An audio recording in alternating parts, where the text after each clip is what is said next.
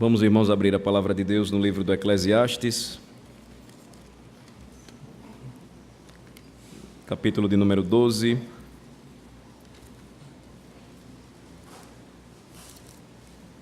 Hoje nós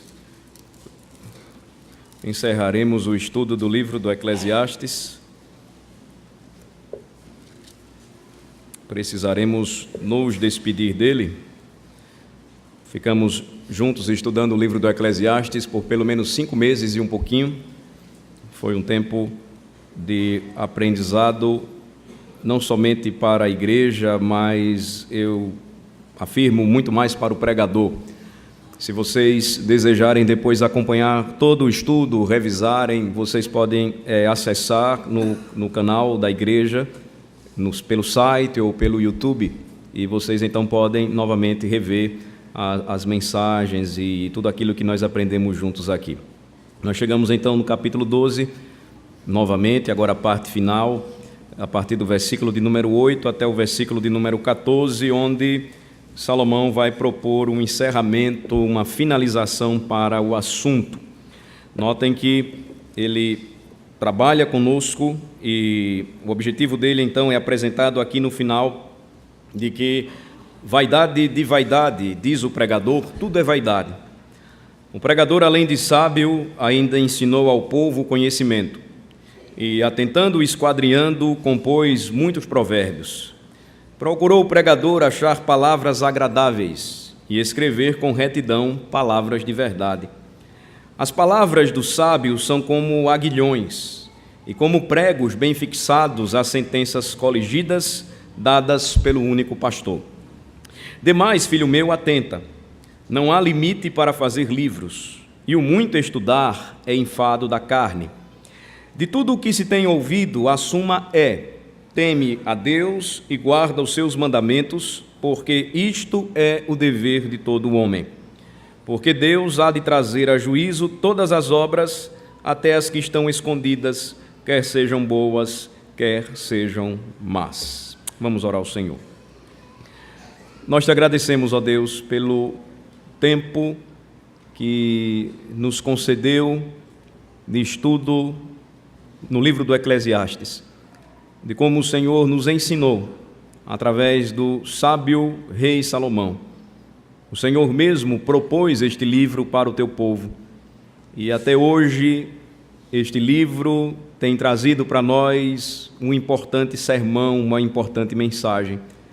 Ajuda-nos, ó Senhor, agora, ao concluirmos a sua leitura, estudo e análise, a buscarmos mais uma vez o entendimento e a compreensão necessárias para que a Tua palavra, que é a verdade, ela produza mudanças importantes em nossa vida.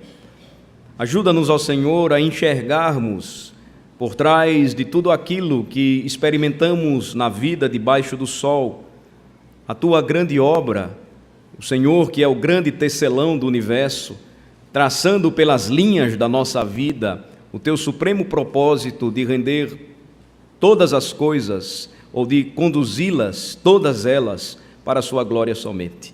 Nós oramos assim e pedimos isto em nome de Jesus. Amém. Amém. Então, Salomão chega à conclusão do seu livro e nós de imediato já pensamos no que ele rapidamente nos diz aqui com a sua conclusão, nos remetendo a tudo que já estudamos juntos. É que se Deus não existe, então não há nenhum juiz. Se não houver juiz, então não haverá nenhum mérito a ser julgado.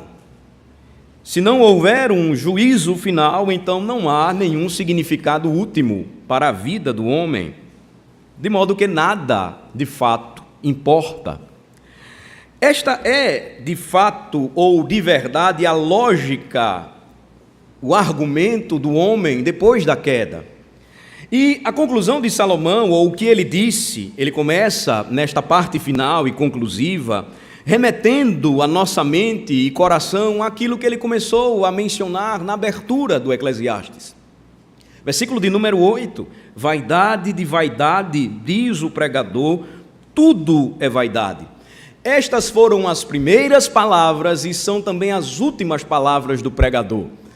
Em um estilo literário maravilhoso, ele usa de uma linguagem impactante e também conclusiva para mostrar que aquilo que ele disse no princípio encerra também o seu significado, a sua reflexão, a sua observação das coisas no mundo. Depois da queda, irmãos, os homens vivem como se nada de fato importasse. E esta é a mesma consideração feita por Salomão ao analisar ou ao observar a vida à parte de Deus. Eu não sei quantos de vocês assistiram à abertura das Olimpíadas no Brasil, no Rio de Janeiro. Talvez um ou outro achou tudo aquilo que aconteceu extremamente feio, porque eu achei muito bonito. De uma beleza, de uma sincronia, de uma harmonia, mas pura vaidade e sem sentido, porque nenhuma honra ou glória foram dadas a Deus. Notem, desde o começo, tentando se explicar como a criação do mundo surge a partir apenas de células ou bactérias que, se movendo, começaram a construir e tecer uma floresta. Mística e sincreticamente com as crenças dos homens ou dos povos primitivos do Brasil, os indígenas. E a história toda se desenrola, a força dos atletas, sua superação, o poder do esporte de promover a paz, tudo a parte de Deus, vaidade. Mas não poderíamos pensar diferente se os homens depois da queda vivem como se nada importasse, exceto aquilo que interessa para eles. Salomão então nos lembra que isto não é novo debaixo do sol. E por isso a sua conclusão no versículo 8 começa com a mesma afirmação inicial do capítulo 1, versículo de número 2. Vaidade de vaidades, tudo é vaidade. A palavra mais uma vez volta aqui e nos lembra que na vida tudo é como o vapor que sai ao vermos uma chaleira fervendo. Aparece e de repente some. É como névoa. É como fumaça, assim é a vaidade da vida. Salomão vai nos mostrar que o vapor da nossa existência nos remete até mesmo ao que o salmista Davi disse a respeito da vida do homem no Salmo 39. A vida do homem é como um sopro, surge e de repente desaparece. A conclusão, portanto, do pregador nos convida mais uma vez a enxergar aquilo que ele nos disse. Vaidade é correr atrás do vento. A vaidade do homem só aumenta a nossa tristeza e aflição. Se somos sábios ou tolos, no final da vida vamos morrer. O prazer é vaidade, o vinho, as mulheres, a música, as casas, as vinhas, os parques, o ouro, a prata, o tesouro, nada adquirido debaixo do sol tem valor, importa, porque é vaidade. Salomão não poderia concluir de outra forma. Não há nada ou ninguém para confortar as nossas lágrimas quando oprimidos, é vaidade. Dinheiro é vaidade e traz um problema sem fim, cuidar dos nossos próprios bens, perdê-los a qualquer momento. Tudo na vida é vaidade, inclusive a morte, porque nós não conseguimos lidar com o problema do envelhecimento. Todos nós envelhecemos e caminhamos para o mesmo encontro com a Senhora Morte. Tudo na vida é vaidade. O pregador então nos mostra, irmãos, que ver a vida desta forma, sem sentido, sem Deus, não é alegria. E eu não estou aqui nem mencionando, como fiz à guisa de introdução, os 270 milhões gastos para promover uma Olimpíada em um país pobre e oprimido como o nosso. Tudo gira em torno da vaidade, não somente dos governantes, mas também dos governados, não somente dos poderosos, mas também dos mais fracos, não somente daqueles que têm pouca instrução, mas dos que se arrogam e louvam por seus títulos e diplomas. na vida, irmãos, tudo a parte de Deus, diz o pregador, é vaidade. Nada, absolutamente nada, se observado ou pesquisado debaixo do sol, que levamos para casa, traz algum proveito. Nada que oferecemos debaixo do sol consegue nos sustentar ou nos manter. Salomão então nos lembra tudo aquilo que disse, mas ele prossegue e diz como falou estas coisas. A vaidade recebe, portanto, uma última palavra. Ele vai mostrar aqui que, quer seja na Bíblia ou na vida cristã, Eclesiastes pode muito mostrar para nós, revelar para nós, muito mais do que se parássemos simplesmente no versículo 8. Se o versículo 8 fosse a conclusão, o fechamento de tudo aquilo que Salomão abordou, ele precisa dizer um pouco mais para os filhos de Israel. Ele precisa dizer um pouco mais para o povo de Deus. De modo que prossegue o sábio e no versículo de número 9, a Escritura então nos diz, o seu epílogo, a sua conclusão, determina o objetivo final de ter ele escrito tal livro. O pregador, versículo 9, além de sábio, ainda ensinou ao povo o conhecimento. E atentando e esquadrinhando, compôs muitos provérbios. É interessante notar como Salomão, ele escreveu e ele se envolveu nesta tarefa de registrar tudo o que vemos ou tudo o que encontramos para mostrar que não há sentido na vida sem Deus. Se vocês pararem um pouco aqui, marcarem Eclesiastes 12 e forem comigo para o primeiro livro dos Reis, vamos para o primeiro livro dos Reis, capítulo de número 4, a partir do versículo 29, juntos nós notaremos que Salomão fez muitas declarações sábias ao longo da sua vida. Apenas algumas considerações foram incluídas na Bíblia. A partir do versículo de número 29, diz o seguinte, 1 Reis 4, a partir do versículo 29. Deu também Deus a Salomão sabedoria, grandíssimo entendimento e larga inteligência como a areia que está na praia do mar. Era a sabedoria de Salomão maior do que a de todos os do Oriente e do que toda a sabedoria dos egípcios. Era mais sábio do que todos os homens, mais sábio do que Etã, Ezraíta, e do que Emã, Calcol e Darda, filhos de Maol. E correu a sua fama por todas as nações em redor. Veja, sábios de destaque no Oriente, reconhecidamente sábios, doutos, em provérbios, enigmas, escritos de sabedoria, foram sobrepujados por Salomão. E aí vem então o versículo 32.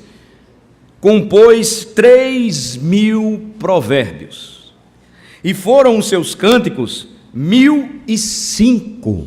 Olhem só. Discorreu sobre todas as plantas, desde o cedro que está no Líbano até ao hisopo que brota do muro. Também falou dos animais e das aves, dos répteis e dos peixes. Tolos aqueles que acham que Darwin foi o grande homem da história. Darwin não foi ninguém. Darwin foi um abestalhado que, negando a existência de Deus, começou a acreditar na loucura impossível de que o homem criado à imagem e semelhança de Deus veio do macaco. Mas a academia diz Charles Darwin. Eu digo Salomão, biólogo, sábio.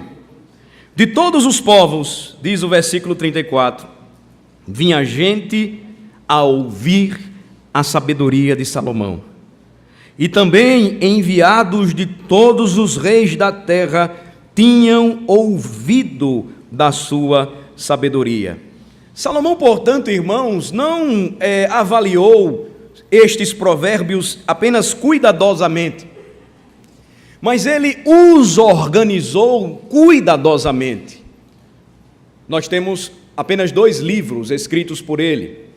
Provérbios, em sua grande maioria, a coleção de seus provérbios com provérbios de outros sábios, e o livro do Eclesiastes, que não foi um escrito solto. Salomão não começou a dizer aquilo que ele estava vendo pura e simplesmente. Nós estamos nos referindo ao homem mais sábio que o mundo já conheceu.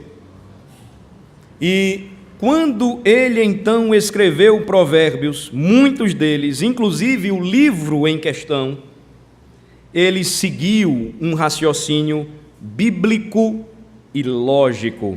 Por exemplo, vamos aqui revisar, já que nós estamos na conclusão do livro do Eclesiastes. Quando ele começou a apresentar o tema do livro, após a sua apresentação no capítulo 1, do versículo 1 ao versículo 11, ele conta para nós uma história da sua busca pelo sentido na vida. E aí ele vai do versículo 12 do capítulo 1 até o capítulo 6, versículo 12. Existe uma lógica. Então, para tentar nos ajudar a saber como viver para Deus neste mundo vão, mundo vaidoso, que é como névoa e vapor, ele mostrou nos capítulos de 7 a 11 a diferença entre a sabedoria e a loucura. Então, ele seguiu um raciocínio claramente lógico. E aí ele conclui apropriadamente o livro falando a respeito do quê? Novamente sobre a morte e o morrer.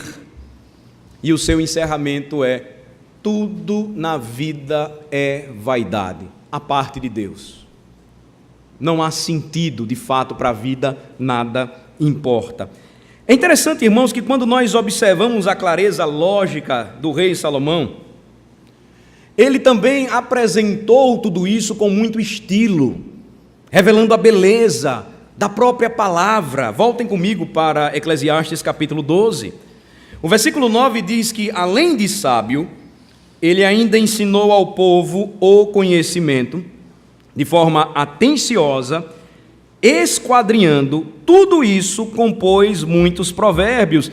Muitos deles, irmãos, que fazem parte da vida, da história, das palavras dos cristãos. Por exemplo, o sol e a lua, as estações, quando ele mostra que para tudo existe um tempo. A expressão, lança o teu pão sobre as águas. Aquela quando ele diz a respeito da velhice, como floresce a amendoeira, e te espantares no caminho quando te embranqueceres. São linguagens que nós percebemos, mostram o louvor da beleza da palavra e do uso da palavra, quando estas palavras usam ou são utilizadas pelo homem para a glória de Deus. Ele então não apenas se preocupou com o estilo, ele não se preocupou apenas em destilar conhecimento. Ele apenas não se preocupou em falar aquilo que estava vendo e então registrar tudo isso, mas ele apresentou toda a verdade a respeito da nossa salvação, ensinando a cada um dos filhos de Israel conhecimento, o temor do Senhor, o princípio da verdadeira sabedoria. Ele escreve com clareza, com arte, integridade, é fato. Ele procura instruir as nossas mentes, ele toca em nossos corações com suas palavras. Quem não se emociona? Até os ímpios se emocionam ao ler o livro do Eclesiastes.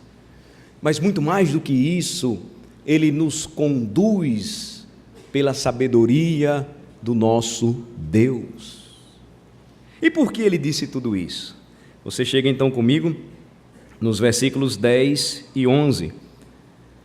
Nós sabemos o que o pregador disse, como ele disse, ou seja, como ele usou as palavras, não foi sem sentido, mas aí a pergunta é: por que ele fez isso? Com que propósito ele agiu dessa forma? Versículos 10 e 11. Vamos ler juntos. Procurou o pregador achar palavras agradáveis e escrever com retidão palavras de verdade. As palavras dos sábios são como aguilhões, e como pregos bem fixados, as sentenças coligidas, dadas pelo único pastor. Veja que ele procurou despertar a mente do homem, estimulá-la a pensar os pensamentos de Deus. Para isso, o versículo 10, como nós já vimos tratando anteriormente, o pregador procurou encontrar as melhores palavras, escrever com retidão palavras mais de verdade, palavras reais, palavras que pudessem fazer sentido e tocar os corações. De modo que, irmãos, é incoerente da nossa parte, enquanto cristãos, quando nós não sabemos procurar palavras agradáveis para instruir os outros.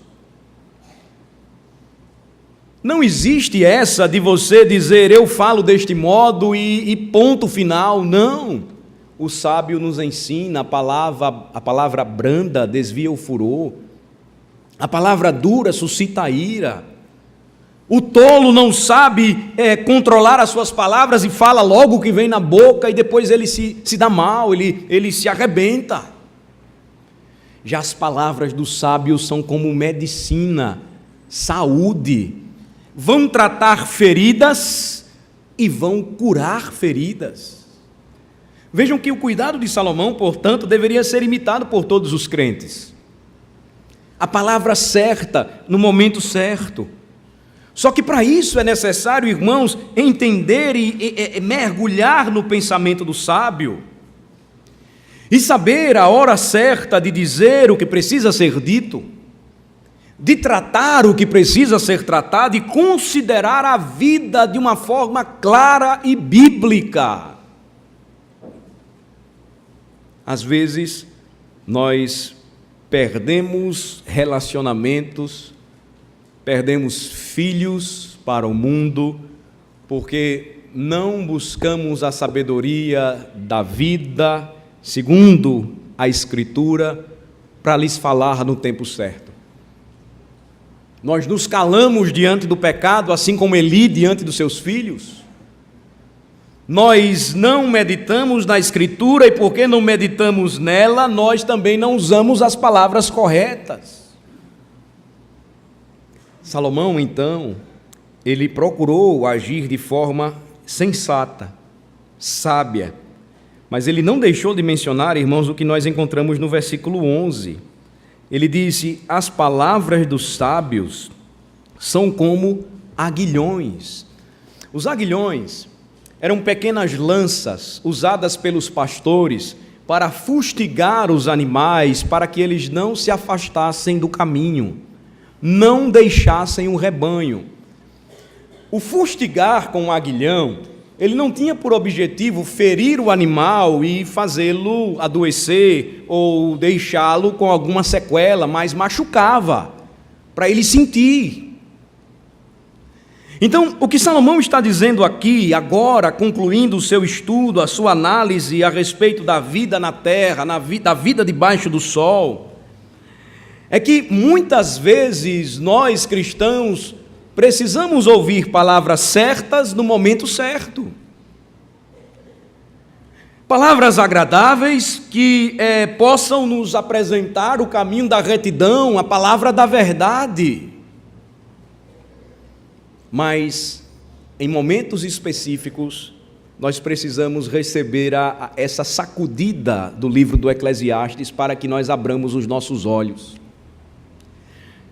É necessário que, como animais que são aguilhoados, nós precisemos, pela palavra sábia, receber o aguilhão de Deus para que a gente se desperte e caminhe bem. É o que Salomão está aqui tentando nos mostrar.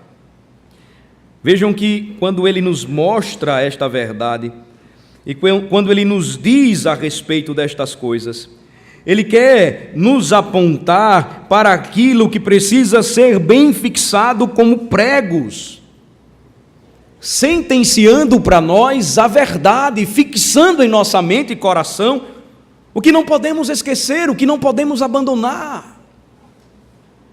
Qual a razão da nossa existência? Por que nós estamos aqui? Por que somos cristãos? Por que cremos que a Bíblia é a palavra de Deus? Quem é Jesus para nós? Por que os crentes sofrem e passam pelos mesmos sofrimentos dos ímpios? Ou até mais? A palavra sábia, então, ela vem e muitas vezes nos machuca. Agora, existe uma observação que necessita de um detalhe aqui, ou necessita de uma explicação importante aqui. No final do versículo 11, a palavra pastor, ela aparece por uma única vez no livro do Eclesiastes. E, não obstante a crença no Oriente de que os reis eram os pastores do seu povo, notem que a maioria das nossas traduções apresenta a palavra pastor em letra maiúscula. E é um apontamento aqui claro de que a palavra de verdade anunciada por Salomão, palavra de sabedoria, ela vinha do alto, ela foi dada por Deus e, em última instância, o versículo 11 diz que a palavra do sábio é dada pelo único pastor. Ele está agora remetendo a conclusão do seu livro àquele que é a razão primeira e única da vida do homem, porque se não for assim, tudo o que ele faz nesta terra e nesta vida será vaidade. A Escritura claramente nos lembra quando nos diz, não somente no Salmo de número 23, que o Senhor é o nosso pastor e, portanto, de nada teremos falta, mas também no Salmo 80, na oração do salmista, ele é chamado pastor de Israel. Ele é o único pastor, o primeiro e o único. Salomão então faz uma referência ao Deus Todo-Poderoso, afirmando que suas palavras não são palavras de um filósofo cético que perdeu o sentido da vida, nem muito menos uma forma primitiva de niilismo, dizendo então que a vida não tem sentido, porque nada importa, porque tudo é vaidade, pura e simplesmente.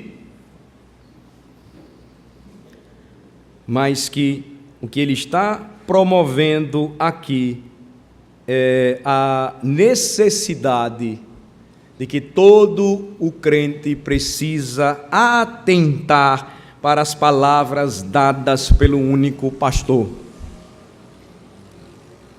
Elas nos confrontam, nos fustigam como um aguilhão.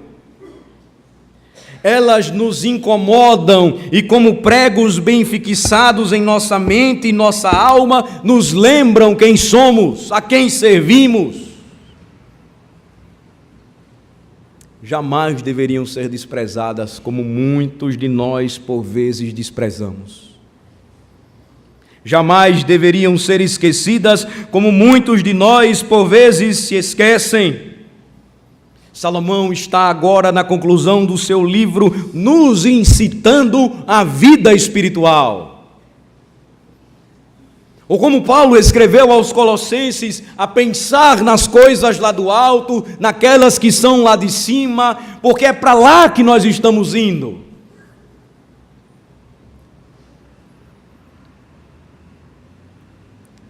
Ele nos mostra, ele nos diz algo que profeticamente, mais adiante seremos lembrados quando o nosso pastor também é o nosso Salvador. E Jesus Cristo, tomando a mesma expressão que somente o Pai recebia do judeu, ele disse: eu sou o bom pastor dá a vida pelas suas ovelhas. A linguagem, então, aqui pastoral, ela é apropriada para nos mostrar que o cajado sempre tinha a função de conduzir, mas também de fustigar para que as ovelhas não se desviassem do caminho. Salomão nos dá, então, uma forte fustigada, uma forte cutucada com o aguilhão de Deus, a sua palavra, para que jamais venhamos a perder o foco. No versículo de número 12, ele vai então dizer para o filho de Israel, versículo de número 12, que para ler Eclesiastes é necessário ouvir a voz do nosso pastor, devemos cuidar bem para ouvi-lo.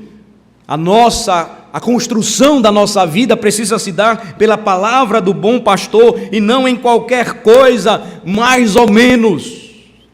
Versículo 12, ele diz: demais, filho meu, atenta, não há limite para fazer livros, e o muito estudar é enfado da carne. O movimento carismático gosta de tomar este versículo e outros para dizer então que estudar demais faz com que o crente perca a fé. O problema não é esse. O problema não é produzir, o problema não é escrever e o problema não é ler. O que Salomão está mostrando aqui mais uma vez é que a busca incessante dos homens pelo sentido da vida faz com que por ano no mundo mais de 1 milhão de livros sejam produzidos. Mais de 1 milhão seja produzido. Então demonstra para nós aquilo que Salomão já conhecia muito bem, porque as bibliotecas dos reis estavam repletas de pergaminhos, de manuscritos, de livros. Ele nos mostra que se perdermos tempo estudando aquilo que não importa para nós, a nossa carne, a nossa alma irá se enfadar, porque o homem não deixará de fazer livros. Quanto mais a gente lê, mais coisa nova aparece para a gente estudar. Notem, Salomão não está apelando aqui para a ignorância, porque o crente precisa ser uma pessoa informada, precisa se dedicar, precisa ler, por menor que seja o seu conhecimento, precisa se esforçar. Você não vai pegar a Bíblia pura e simplesmente ler e começar a dar agora as suas interpretações. Nós sabemos disso e um dos exemplos mais grotescos que aconteceu no Brasil anos atrás foi um homem letrado se apresentar como pastor, pegou o livro de Oséias, não leu o acento que queria dizer adúltera, vai e pega uma mulher adúltera, e leu vá, pega uma mulher e adultera, e começou a ensinar que o adultério na igreja dele era permitido. Salomão não está dizendo isso aí. Ele está dizendo que se a busca pelo conhecimento, o entendimento, mediante a leitura de livros, não conduz você à glória de Cristo, nada disso faz sentido. E aí aqui, irmãos, eu mais uma vez chamo a atenção de vocês. Embora os crentes precisem viver bem informados, existem algumas ferramentas hoje, e aqueles que estão mais interligados podem fazer melhor uso. Por exemplo, eu não perco mais tempo lendo revista. Veja, isto é, o que quer que seja. Hoje existe uma ferramenta, um aplicativo já tem alguns anos, chamado Twitter. Assina os canais, as principais notícias que lhe chamarem a atenção, você abre e lê, ponto, você vai estar informado, sabendo de tudo e não vai gastar tempo, como a gente às vezes gasta, lendo muita coisa e não lendo a Bíblia. Esse é o ponto de Salomão. Lendo muita coisa, mas não lendo bons livros que edifiquem, que nos apontem para o conhecimento e o crescimento na graça. Mas Salomão não sabia que mais adiante seria criada a chamada televisão. E hoje ainda tem o WhatsApp que está pegando todo mundo. E o Pokémon Go, né? Se você ficar procurando Pokémon aqui na igreja, eu vou jogar a Bíblia na sua cabeça. E aí, nós substituímos o estudo sério da Escritura, o aprendizado da Escritura, e ficamos em casa, em frente à televisão. Nós precisaríamos considerar mais, irmãos, o que a Bíblia diz sobre perseverança na doutrina, na comunhão, no partir do pão e nas orações, sendo mais regulares em nossas reuniões, as reuniões da igreja. onde nós nos reunimos para estudar e para meditar naquilo que verdadeiramente importa, o discipulado cristão para a vida e para a mente. Mas sabe o que acontece quando a gente perde muito tempo lendo muita coisa e sem nenhuma conexão ou análise crítica de se esse escrito ele vai contra a Bíblia, ele é anticristão? Nós começamos a nos envolver com eles. E os nossos pastores agora passam a ser eles e não o pastor, Deus. E aí não é comum você encontrar jovens que depois de entrarem na universidade, dizerem assim: pastor, antes eu não conhecia Nietzsche. E Nietzsche já é considerado um filósofo, ainda que seja um grande pensador, já ultrapassado, mas no Brasil tudo chega atrasado, né? Na velocidade da internet, assim, mais lenta que você conhecer. Mas eu conheci Marx. Mas eu conheci fulano e beltrano, e estes homens agora mudaram a minha mente, e eu questiono aquilo que a Bíblia diz. Salomão vai chamar você de tolo. Vai chamar você de louco. Porque tudo isso tornará apenas a sua carne enfadada. Porque nenhum deles pode dar sentido para a sua vida. Portanto, uma palavra para o jovem aqui: cuidado em tentar ir além da palavra de Deus. Isso serve também para aqueles que estão amando teologia. Não fujam da simplicidade das confissões e dos catecismos.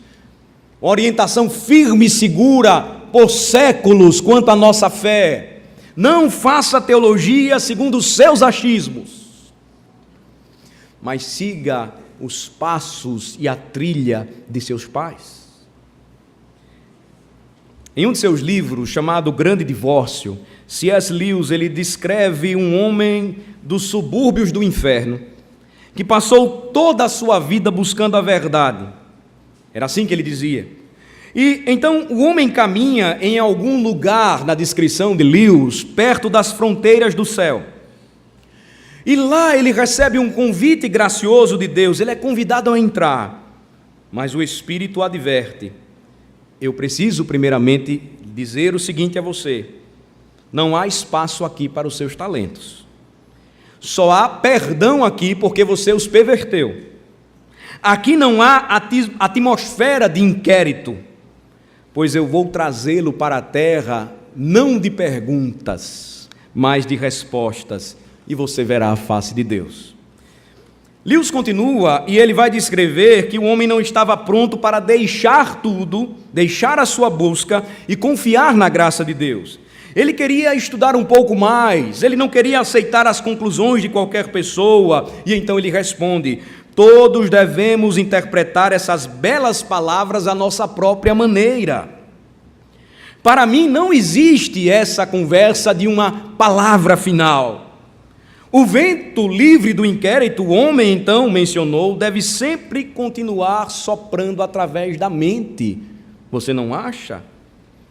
E então o Espírito de Deus disse àquele homem: ouça, uma vez você já foi criança, uma vez você sabia o que significava perguntar o que é isso ou o que é aquilo. Houve um tempo onde você fez muitas perguntas porque você queria respostas, e elas foram prazerosas quando você as encontrou.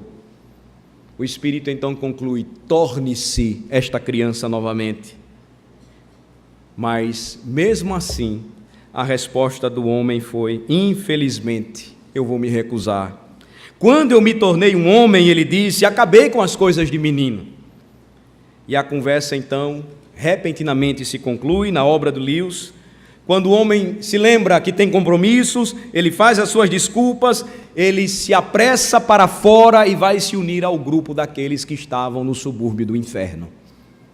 Assim acontece, irmãos, com aqueles que estão à procura de respostas para suas dúvidas, mas não estão à procura da verdade espiritual.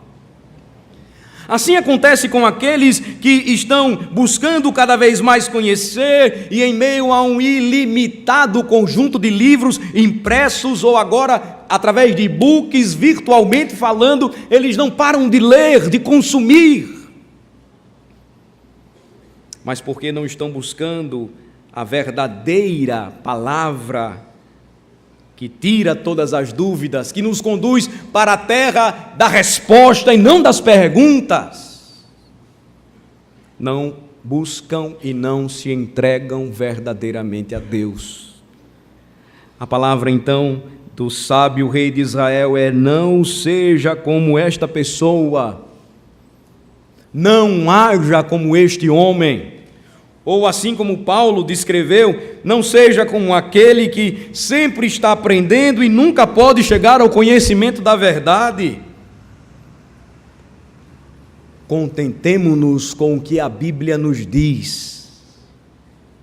E como nos ensina Apocalipse capítulo 22, vamos para lá, versículos 18 e 29, não aceitemos nada menos e não exijamos nada mais do que aquilo que está escrito.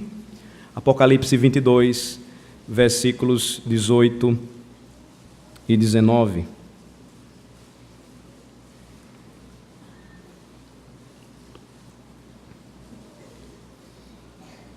Eu a todo aquele que ouve as palavras da profecia deste livro testifico: se alguém lhes fizer qualquer acréscimo, Deus lhe acrescentará os flagelos escritos neste livro. E se alguém tirar qualquer coisa das palavras do livro desta profecia, Deus tirará a sua parte da árvore da vida, da cidade santa e das coisas que se acham escritas neste livro. Para o crente, a palavra de Deus deve ser suficiente, do Gênesis ao Apocalipse. Para o crente, a sua busca por conhecimento se encerra quando ele conhece a verdade e a verdade o liberta, quando o Filho o liberta e verdadeiramente ele se torna livre.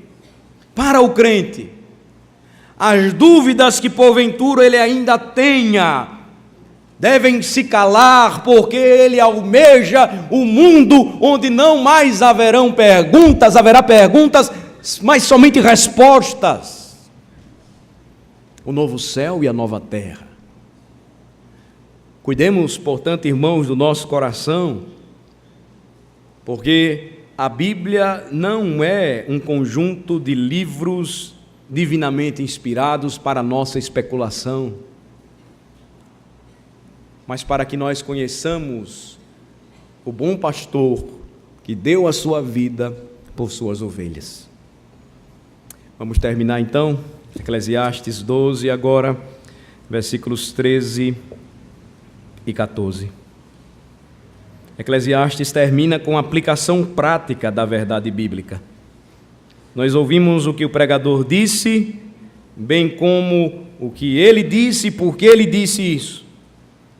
E qual deve ser a nossa resposta? Qual é a conclusão do livro?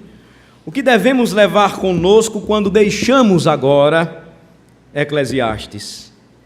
Suas últimas palavras fornecem uma conclusão ao mesmo tempo ética e escatológica. Vejam só, vamos ler juntos os versículos 13 e 14. Leamos: de tudo o que se tem ouvido, a suma é: teme a Deus e guarda os seus mandamentos, porque isto é o dever de todo o homem. Porque Deus há de trazer a juízo todas as obras, até as que estão escondidas, quer sejam boas, quer sejam más. Esta não é a primeira vez, e vocês viram comigo, que Salomão menciona neste livro o dever do homem temer a Deus. Ele nos ensinou a temer a Deus, como honrá-lo e reverenciá-lo e adorá-lo como Deus. Ele nos ensinou a fazer isso porque a sua obra é eterna, no capítulo 3. No capítulo 5, quando ele fala sobre a santidade dos votos, porque ele exige uma adoração santa. Ele nos ensinou a temer a Deus no capítulo 7, em tempos de adversidade e em tempos de prosperidade. Ele nos diz também que se temêssemos a Deus, nós faríamos bem, no capítulo de número 8, agora ele nos ensina a temer a Deus e obedecê-lo, porque um dia nós estaremos de pé diante dele para julgamento. O dever de todo homem aqui, literalmente, na língua hebraica, é: este é o homem todo. O que ele está mostrando é que a razão por que nós fomos criados é para o temor a Deus. E o temor a Deus é o princípio de uma vida sábia, porque é a aplicação correta dos nossos dons, talentos e conhecimentos somente para Ele. Essa é a grande questão aqui abordada por Salomão. Isto é o que é de fato viver neste mundo debaixo do sol. Ou, como disse certa vez Charles Bridges, toda a sua felicidade, todos os seus negócios, o resumo de tudo, a soma de todos eles, é tudo o que Deus requer do homem. É tudo o que o Salvador ordena. É tudo o que a Bíblia diz. É tudo o que o Espírito Santo nos ensina na palavra. O resumo, então, do livro de Salomão nos mostra que a maior e mais importante verdade para a vida do homem é reconhecer a Deus como único e verdadeiro Deus e tributar somente a Ele verdadeira adoração. Os nossos catecismos nos mostram que o que Deus requer de nós e a maneira como nós devemos servi-lo e obedecê-lo é o que a Bíblia principalmente nos ensina. Porque para isso, meus amados irmãos e irmãs, nós fomos criados. A Escritura nos diz que, deste modo, e este é o dever e a exigência de Deus para todo homem, devemos caminhar nesta terra, porque de acordo com o versículo 14, haverá um dia em que Deus trará a juízo todas as obras, todas as nossas obras, quer sejam boas ou quer sejam más. 1 Coríntios capítulo 4, versículo 5, vamos para lá.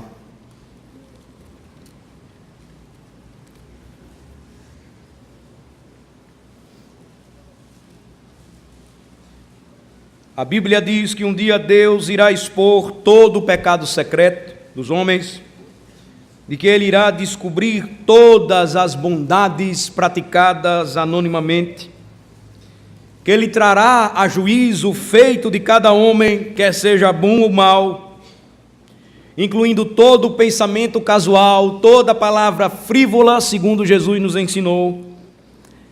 E conforme as palavras do apóstolo Paulo, 1 Coríntios capítulo 4, versículo 5, portanto nada julgueis antes do tempo até que venha o Senhor, o qual não somente trará à plena luz as coisas ocultas das trevas, mas também manifestará os desígnios dos corações, e então cada um receberá o seu louvor da parte de Deus. Eclesiastes mencionou tudo isso antes também. Nós vimos no capítulo de número 11, de que Deus vai levar tudo a julgamento. Mas vejam como ele conclui, quando ele fala a respeito do julgamento final aqui. Porque ele está mostrando o significado da importância da nossa vida. Ele começou o seu livro falando de busca espiritual e termina também com este mesmo assunto. A pergunta então de Salomão não é esta: será que existe ainda mais vida debaixo do sol? Não. Mas se Deus existe, os homens nesta terra devem temê-lo e obedecê-lo, porque este é o dever de todos eles. Ele mostra que a nossa vida aqui não é tudo o que existe, por isso que tudo importa, porque existe um Deus do céu, que conhece todas as coisas, e que, segundo as palavras do apóstolo Paulo aos Romanos, julgará no dia final, os homens, segundo os seus pensamentos, por meio de um homem que ele já estabeleceu para isso, Cristo. Isso é tão sério, irmãos, que quando nós paramos para pensar sobre o dia do juízo, Salomão nos convida a refletir de que há um Deus no céu que governa o mundo, de que há uma vida depois desta vida, de que um dia os mortos ressuscitarão e serão julgados e cada pessoa estará presente de Deus no dia do julgamento, de que neste dia tudo será revelado. No julgamento final, muita coisa vai importar. Ainda que os homens digam que nada importa, que não há sentido para a vida, vai importar para Deus como nós usamos o nosso tempo, se nós o desperdiçamos com prazeres tolos ou se o utilizamos para o Senhor. Vai importar o que fizemos com o nosso dinheiro, fruto do nosso trabalho duro, se nós gastamos para os nossos prazeres ou investimos no reino de Deus. Vai importar o que fizemos com o nosso corpo, o que os nossos olhos viram, o que as nossas mãos tocaram, o que a nossa boca falou. Vai importar sim, se nós obedecemos o nosso pai e a nossa mãe. Deus vai perscrutar todas estas coisas e as revelará. Da simples palavra às grandes palavras. O que fizemos em um dia importará, o que fizemos em um ano também importará. O comentário sarcástico importará e a palavra de louvor sincera importará. O orgulho e o alto sacrifício também. A tarefa que nós fizemos ou deixamos de fazer. O copo d'água que nós demos ao nosso próximo. A palavra que nós usamos para testemunhar. A lágrima do sofrimento que choramos com os que choram e o riso com que rimos com os que se alegram. Deus considerará tudo isso importante. Quando a Escritura diz, meus queridos irmãos, que Ele há de trazer a juízo todas as obras, entendam, todas as obras de fato. A mensagem final de Eclesiastes não é que nada importa, mas que tudo faz sentido na vida. O que fizemos, como fizemos e por que fizemos, tudo isso terá significado eterno. A razão por que Salomão então conclui o livro deste modo é porque tudo no universo está sujeito ao veredito final do Deus de toda a terra, que conhece todos os segredos do nosso coração. Agora, mais importante do que isso, irmãos, mais importante do que tudo isso, é observarmos que o Senhor, então, não conclui os seus escritos, a sua escritura, encerrando-as no livro do Eclesiastes. Mas, como o aguilhão das palavras do sábio, ele nos fustiga e fustiga todo homem para que corra para aquele que veio e fez com que a nossa vida tivesse de fato sentido e importância. Salomão então não conclui o seu livro sem esperança, mas já de avançada idade em sua velhice, recobra o seu temor ao Senhor, e ele então conclui dizendo: de tudo o que se tem ouvido, o resumo é: teme a Deus. Porque se não houver temor do Senhor, nada mais fará sentido para a vida do homem. Jesus Cristo, então, é a razão por que O livro foi escrito como todos os outros escritos, porque, conquanto Eclesiastes não termine com uma promessa de graça, mas com um aviso de julgamento, o livro tem como propósito nos fazer correr até aquele que conseguiria de fato cumprir as palavras de sua promessa na cruz.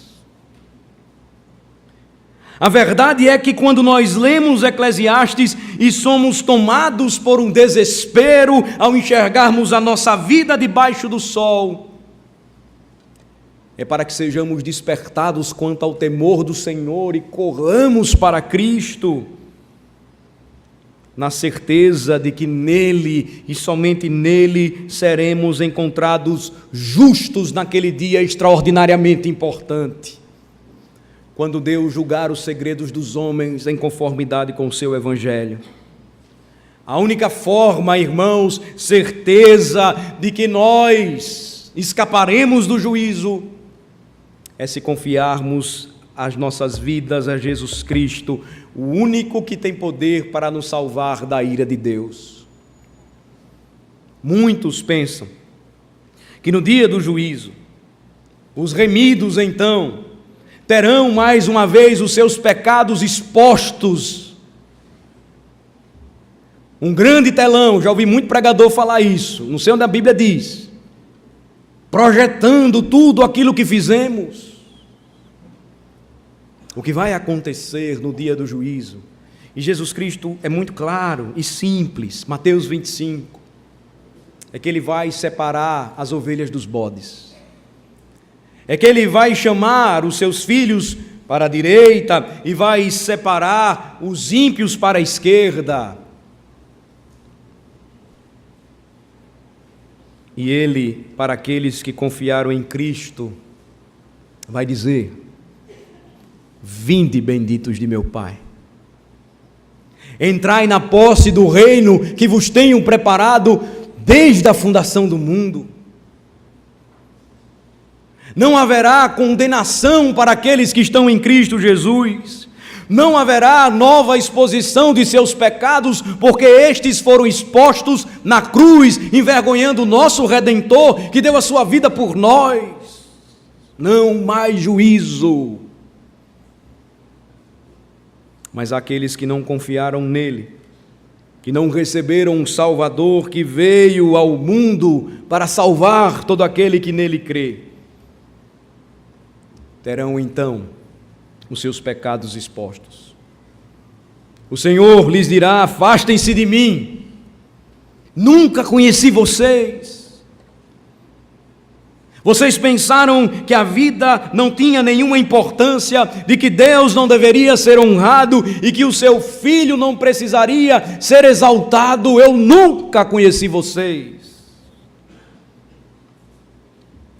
O julgamento, irmãos, virá, mas não se esqueçam, a palavra de Deus diz que nenhuma condenação há para aqueles que estão em Cristo Jesus. Quando Paulo terminou o seu sermão, lá em Atenas, nos chama a atenção quando ele fala de um aspecto importante da exaltação de Cristo, Atos 17, versículos 30 e 31, por favor, abram comigo.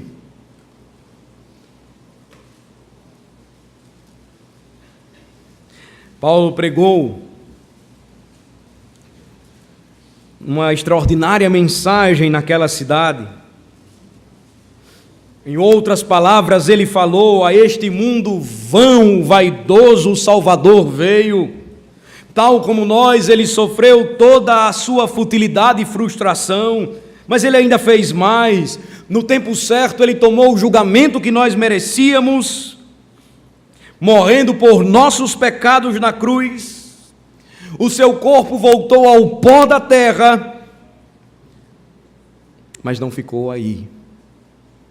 Paulo diz então, Atos 17, versículos 30 e 31, ora, não levou Deus em conta os tempos da ignorância.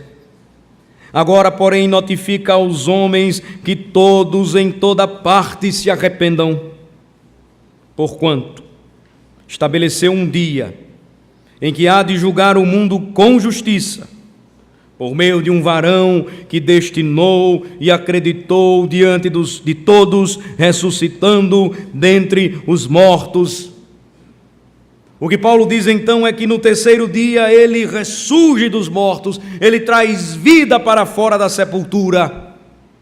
E Deus então o exalta sobremaneira. Ele então, glorificado, ascende aos céus, ele se assenta à destra do Pai, de onde há de vir para julgar vivos e mortos. Este é o Cristo ressurreto e vitorioso. Em meio, irmãos, a uma vida de incertezas para os homens, em meio a uma busca por conhecer a vida e entendê-la, ou acreditar que nós devemos viver somente aqui, porque tudo termina aqui, a mensagem cristã claramente vem e diz: temei a Deus e guardai os seus mandamentos, porque esse é o dever de todo homem.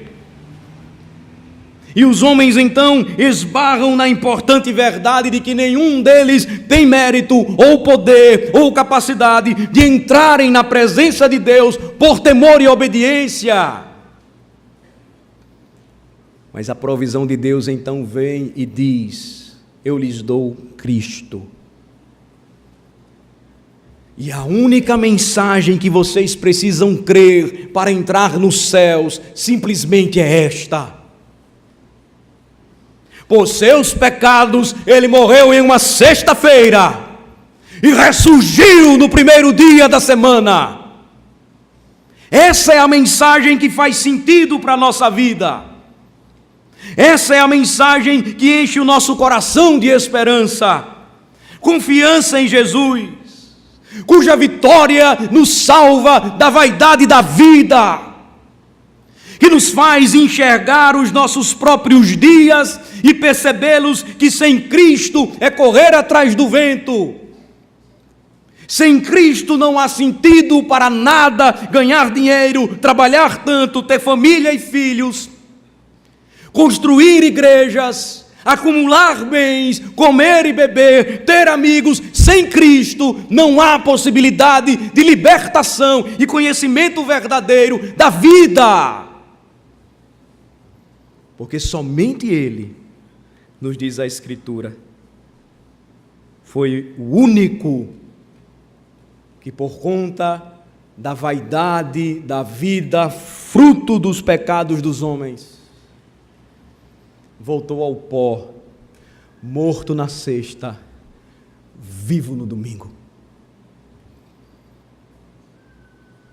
Eu concluo, irmãos, lembrando a todos vocês que a Bíblia, segundo o Senhor nos ensina, nos diz, fixou claramente, o Senhor fixou claramente, a Bíblia nos diz, um dia em que este mesmo Cristo julgará o mundo. E somente aqueles que crerem em Jesus, poderão comparecer diante do juiz e contemplarem o olhar justo e amoroso de seu Salvador, que os resgatou dos subúrbios do inferno, que os conduziu agora à terra onde não há mais dúvidas, nem temores, nem vaidade, mas vida, verdadeira alegria e plena satisfação em Deus. Eu não entendo como você ainda continua vindo à igreja e não toma nenhuma decisão. Eu não entendo. Eu não entendo como você pode ouvir domingo após domingo o que o Evangelho é, o que a Bíblia diz a respeito da sua situação, de como exalta Deus e Cristo, e você continua pensando que a vida é isto mesmo aí.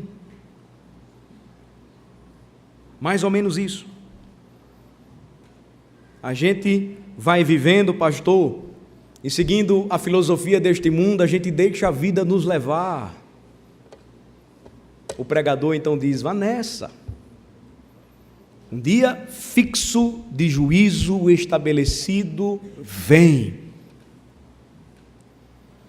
E somente em Cristo, realmente, você entenderá o verdadeiro sentido de sua existência e de sua caminhada nesta terra. Nós vamos comer o pão e beber o cálice. Que sentido tudo isso faz para você?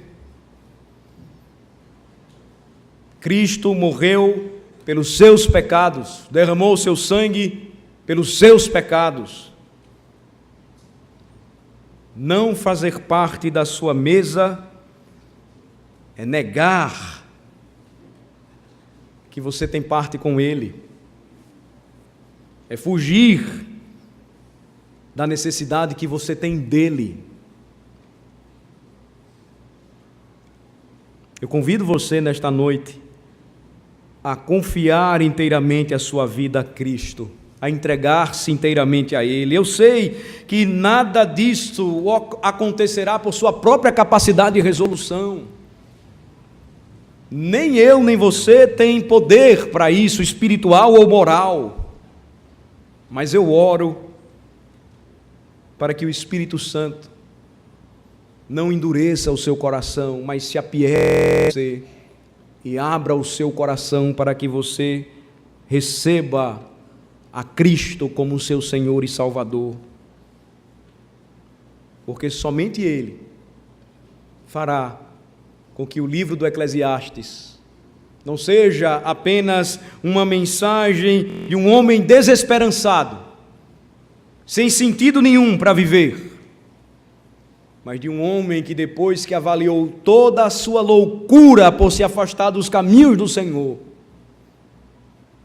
concluiu com tão belas palavras: lembra-te, teme somente a Deus e guarda os seus mandamentos. Vamos orar. Senhor, nosso Deus e Pai, tem misericórdia de nós, quando nesta vida, ainda que professemos fé em Cristo, vivamos como aqueles que não têm nenhum temor,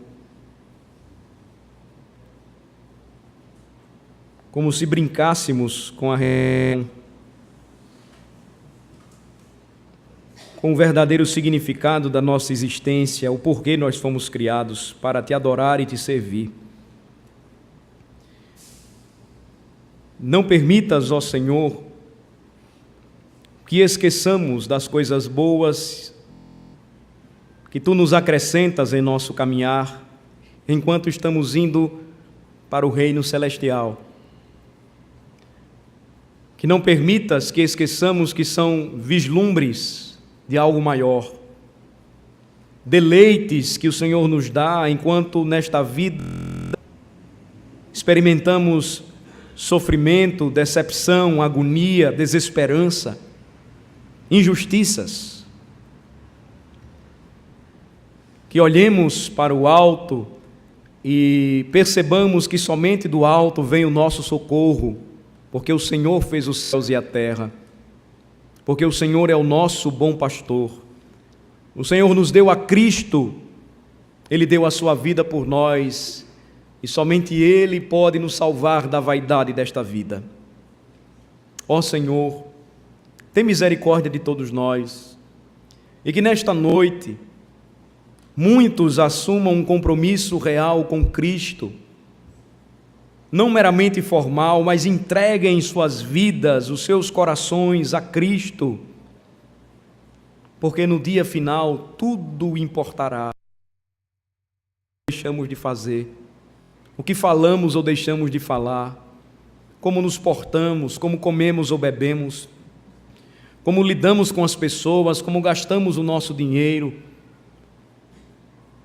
como vivemos, se para o Teu louvor e glória, pregando diariamente. Ó Senhor, misericórdia de nós, e desperta em nós um desejo santo de viver intensamente envolvidos com aquilo que mais interessa, nos dedicando àquilo que mais importa.